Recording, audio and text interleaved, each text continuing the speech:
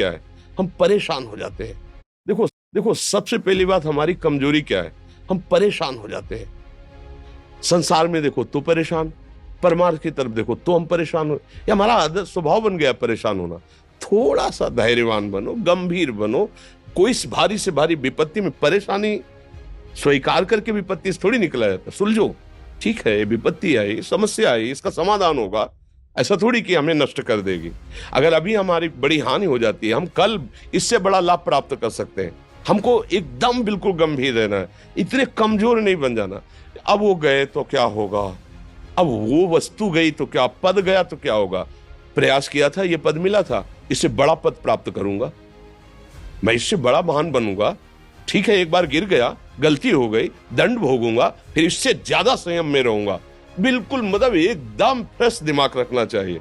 पर अपने लोग क्या है, जरा सी बात में एकदम पछड़ा कर लेते हैं, एकदम कमजोर हो जाते हैं। ये बिल्कुल ठीक नहीं है। हम जीवन भर की यात्रा की बात कह रहे हैं, भारी से भारी कष्ट में भी मुस्कुराना, तो हमें बल मिला है, हमें भगवान की कृपा का दर्शन हुआ है, हमें उनका दुलार दिखाई दिया है। अगर ऐसे तो भाग जाते, फिर परमार्थ में थोड़ी चलना होता है। आज जो आप सुन करके लाभ लेने की चेष्टा कर रहे हो ना, ये केवल प्रवचन नहीं है, ये जीवन है। अगर ये जिए ना होते ना, तो ये इसका प्रभाव नहीं पड़ता, फिर वाणी का प्रभाव नहीं पड़ता। हम इसीलिए कहते हैं, जैसे आप लोग एकदम परेशान हो जाते हैं जब बोलो, क्या हमसे ज्यादा परेशानी होगी?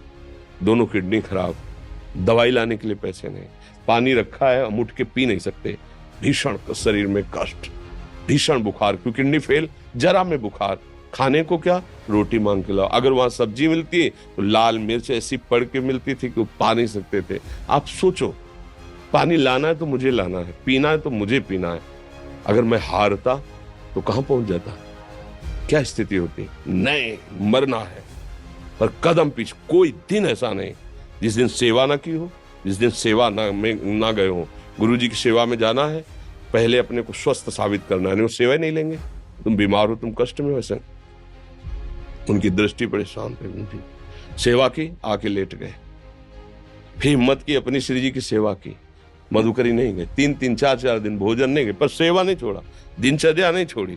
और उसका प्रधान कारण संयम, ब्रह्मचर्य, भगवत आश्रय, नाम जप, कभी हारने नहीं दिया।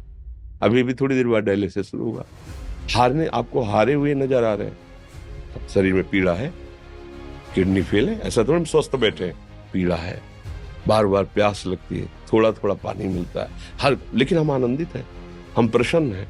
हम लड़ाई में हारे नहीं हैं, ना हारेंगे, हम जीत चुके हैं। हम अपने मालिक के भरोसे में अपना संवाद, तो वो ये हम अपनी बड़ाई नहीं बता रहे, हम आपको बता रहे समस्या। सोचो, तुम्हारे पास तो माँ है, भाई है, बहन है, परिवार है, कोई ना कोई तो है ना। मेरा किसी ने कभी जीवन में ध्यान भी नहीं दिया। क्यों? बचपन से बाबा जी बन गए, किसी से प्यार नहीं, किसी से संबंध नहीं, कोई जानकारी नहीं, हम कहाँ हैं, वो कहाँ है, किसी से कोई मतलब नहीं। अच्छा, जवान साधु कौन श्रद्धा करे? कभी गांव जाने की हिम्मत नहीं पड़ती कि रोटी मांग ले, पता नहीं लोग क्या सोचेंगे, क्या भावना कर ले। हम दरवाजे पे खड़े हैं, क्या कैसी भाव, जो हमारे सामने आकाश वृत्ति से आया यौवन अवस्था में, वही पाया, अन्यथा भूखे रह गए। जब हम हर समय अपने को विवेक के द्वारा सावधान रखे, तो हम कभी निराश नहीं हुए, कभी उदास नहीं हुए, कभी ऐसा नहीं लगा कि यार हम दुखी, कभी नहीं लगा। उसी का फल है कि उस सुख का संकेत मिल गया जहां दुख की निशानी भी नहीं है। वही उसी के बच्चे हो, हम सब उसी धातु से बने हुए हैं। हम इतना क्यों परेशान हो जाते हैं? हम ये देखते हैं, अपने लोग थोड़ी बात बिगड़ गई परेशान, नहीं बिगड़ी तो बिगड़ जाने की संभावना में परेशान है। आज सुख है, लेकिन कल सुख छिन जाएगा तो हम आज के सुख में सुखी ना होकर कल के दुख की आने की संभावना में हम भयभीत हो। मतलब क्या हमारी सोच रह गई? हमको इतना बलवान बनना है कि सुख और दुख दोनों हमको छू न सके। भारी से भारी सुख की व्यवस्था है तो अहंकार नहीं, हर्षित होकर किसी का अपमान न करे कि हम धनी, हम पदाधिकारी, अमुक। भारी से भारी दुख आया तो हमें किसी के सहयोग की जरूरत नहीं, हम फिर अपने कदम बढ़ाएंगे, हम फिर जुड़ी हुई अपनी भावनाओं को सजाएंगे। मस्त जीवन एकदम। तुम अविनाशी के बच्चे हो।